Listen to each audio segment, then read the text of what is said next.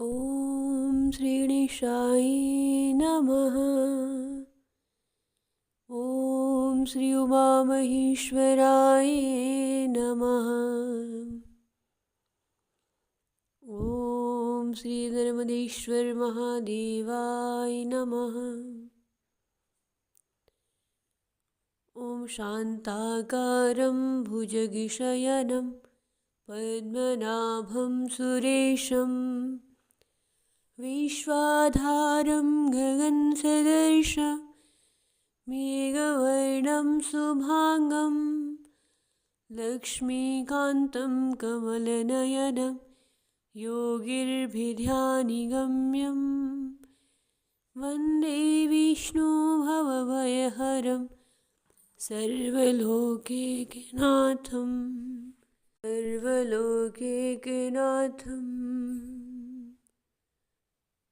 ॐ नमः शम्भवाय च मयोभवाय च नमः शङ्कराय च महेश्वराय च नमः शिवाय च शिवधराय च।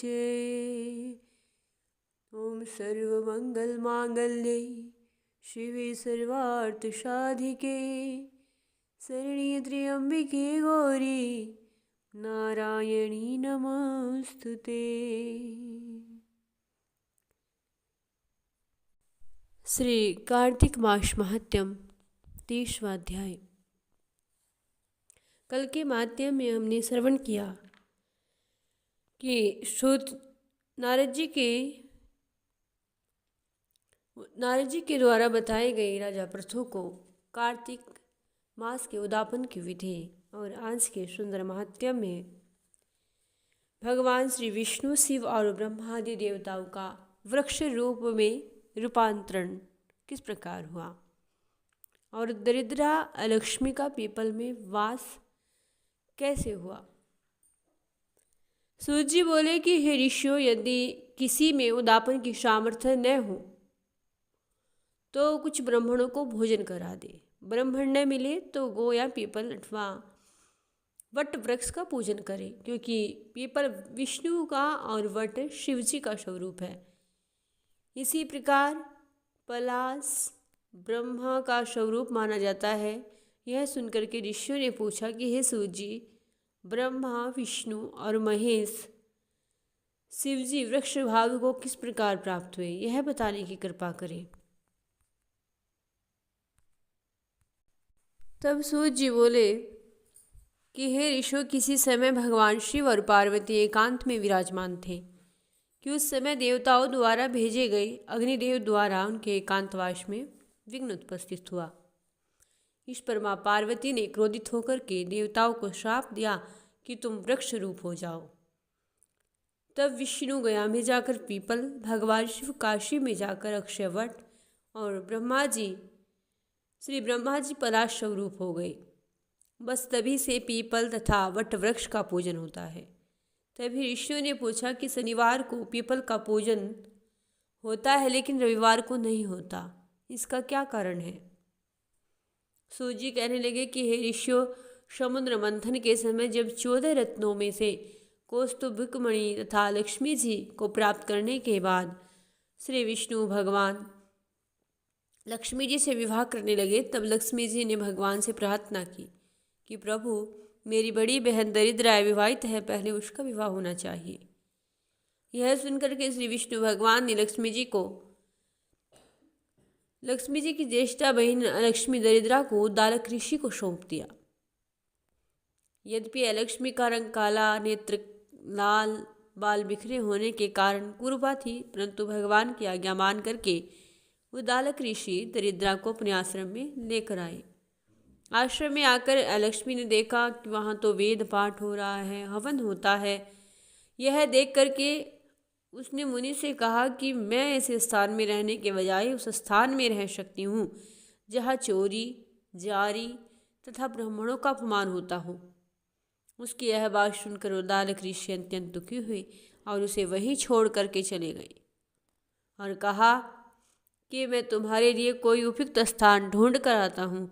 ऋषि के जाने के बाद कुछ देर तक लक्ष्मी ने उनकी प्रतीक्षा की और इसके बाद वह रोने लगी, चिल्लाने लगी।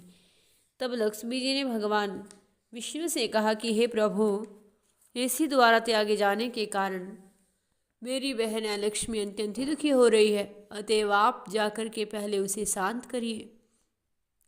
तब भगवान श्री विष्णु लक्ष्मी जी सहित वहाँ आकर बोले, हे दरिद्रा, तुम पीपल में निवास करो, पीपल हमारा ही अंश है। जो कोई कार्तिक शुक्ल पूर्णिमा को पीपल ज्येष्ठा का पूजन करेगा वह तुम्हें प्राप्त होगा और उसके यहाँ लक्ष्मी का वास होगा। जो शनिवार को सूत लपेट कर तुम्हारा पूजन करेगा उसके समस्त मनोरथ सिद्ध होंगे, परंतु रविवार को जो तुम्हारा स्पर्श भी करेगा वह दरिद्री हो जाएगा। इतना कह करके लक्ष्मी नारायण अंतर्ध्यान हो गए। सूर्य जी कहते हैं कि जो कोई इस कथा को पढ़ता अथवा सुनता है उसे प्रयागराज तथा बद्रिका आश्रम तीर्थ स्नान आदि जैसा फल प्राप्त होता है। सोनक ऋषि ने पूछा कि हे सूर्य जी, दूसरे द्वारा किया हुआ पुण्य भी लगता है या बिना दिए भी मिल जाता है? तब सूर्य जी ने इसके विषय में एक उज्जैन में धनेश्वर नामक दुराचारी ब्राह्मण जो चमड़े एवं कमलों का व्यापार करता था, परंतु अंतकाल में ब्राह्मणों को कार्तिक मास में देव पूजा, भगवान कीर्तन आदि में लगा देख करके उसके पाप किस प्रकार क्षीण हुए और भगवान की कृपा की प्राप्ति हुई वह उपाख्यान बताया गया। सूर्य जी ने कहा कि पाप और पुण्य दोनों बिना दिए हुए मिलते हैं। सतयुग में एक का किया हुआ पाप तथा पुण्य कर्म सारे देश को, त्रेता में ग्राम को, द्वापर में सारे कुल को मिलता था, परंतु कलयुग में केवल कर्ता यथार्थ करने वाले को ही पाप पुण्य मिलता है। एक पात्र में साथ साथ भोजन करने वालों को पाप व पुण्य का आधा भाग मिलता है। दूसरे की निंदा करने वाले, सुनने वाले अथवा चिंतन करने वाले को भी पाप पुण्य मिलता है। दूसरे का द्रव्य चुराकर दान देने वाला पाप का भागी होता है। पाप या पुण्य का उपदेश करने वाले को छठा अंश प्राप्त होता है। इसी प्रकार शिष्य से गुरु, पिता से पुत्र, स्त्री से पति भी छठा अंश पाते हैं, परंतु स्त्री पति का आधा पुण्य पाती है। इस प्रकार बिना दिए हुए भी एक दूसरे को पाप व पुण्य की प्राप्ति होती है। इस संबंध में एक पुण्य देने वाला वृत्तांत है, सुनो।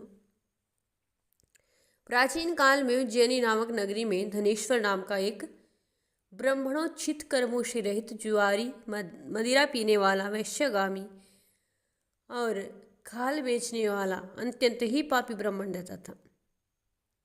वह क्रय विक्रय हेतु कई नगरों में घूमता फिरता महिष्मती नगरी में गया और वहाँ वह 1 मास तक ठहरा।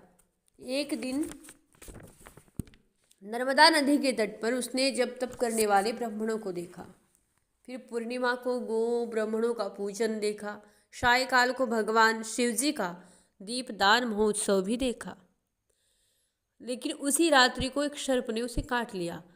तब कुछ मनुष्यों ने उसके मुख में तुलसी दल व नर्मदा जी का जल डाल दिया। इसके पश्चात उसकी मृत्यु हो गई। फिर यमदूत उसे मारते हुए पीटते हुए यमराज के पास लेकर के गए।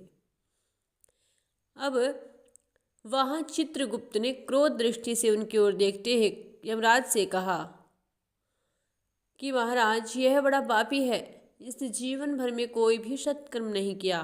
तब यमराज ने आज्ञा दी कि पहले इसे खोलते हुए तेल के कढ़ाई में डालो, उसके बाद मुदगरों की मार लगाकर कुंभीपाक नरक में डाल दो। परंतु जब उसे खोलते हुए तेल में डाला गया, एकदम तेल शीतल हो गया।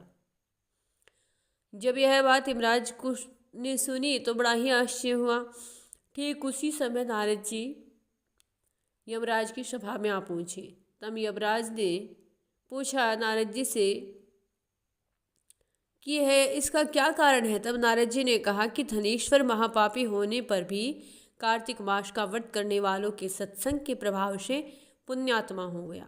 मृत्यु समय नर्मदा जी का जल व तुलसी दल इसके मुख में छोड़े गए। भगवान श्री विष्णु का नाम भी इसके कानों में पड़ा। बस इसी के कारण यह पाप रहित हो गया। इतना कहकर के नारद जी ब्रह्मलोक को चले गए। उधर धनेश्वर कुबेर का अनुगामी धन यज्ञ हुआ, जिसके नाम से अयोध्या नगरी में भगवान गदाधर नाम का तीर्थ विख्यात हुआ। सूत जी कहते हैं कि किसी इच्छा से किया गया पाप, गीला अथवा कामना रहित पाप सूखा कहा जाता है। इस कार्तिक मास के व्रत के प्रभाव से मनुष्य द्वारा किए गए ज्ञात अज्ञात सभी पाप नष्ट हो जाते हैं। हे ऋषियों, कार्तिक मास का बड़ा ही महत्व है। परमपिता परमात्मा की कृपा से आज यह कार्तिक महात्म्यम आप सभी ने संपूर्ण श्रवण किया। आप सभी पर श्री राधे कृष्णा की कृपा बनी रहे। बोलिए श्री राधे कृष्णा की जय, श्री गौरी शंकर की जय, श्री लक्ष्मी नारायण देव की जय, सत्यनारायण भगवान की जय।